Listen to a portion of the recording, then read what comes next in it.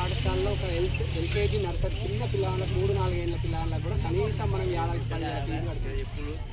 ఇక్కడ ఎలాంటి ఫీజు లేకుండా అంతకంటే నాణ్యమైన విద్య, మంచి బోధన, మంచి టీచర్లు మనకు గవర్నమెంట్ నుంచి 5 మన ఊరు నుంచి ఇప్పుడు 8 మంది ఉన్నారు 5 తరగతులు మంచి టీచర్లు ఉన్నారు.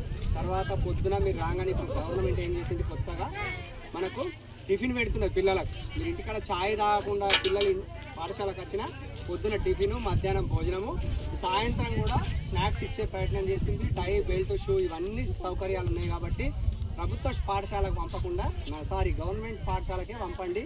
ప్రైవేట్ పాఠశాలలను మీరు ప్రోత్సహించకుండా అక్కడ ఏం వసతులు ఏమి ఉండవు. అంటే మనం రెగ్యులర్గా ఆడిపోయి చూడం, ఇది మన కళ్ళ ముందట ఉంటుంది, అన్నీ కనబడుతుంది. చాలా సజ్జిస్తుర్రా లేదా పిల్లలు తింటుర్రా బయట ఆడుతుర్రా అంతా కనబడుతుంది మనకు.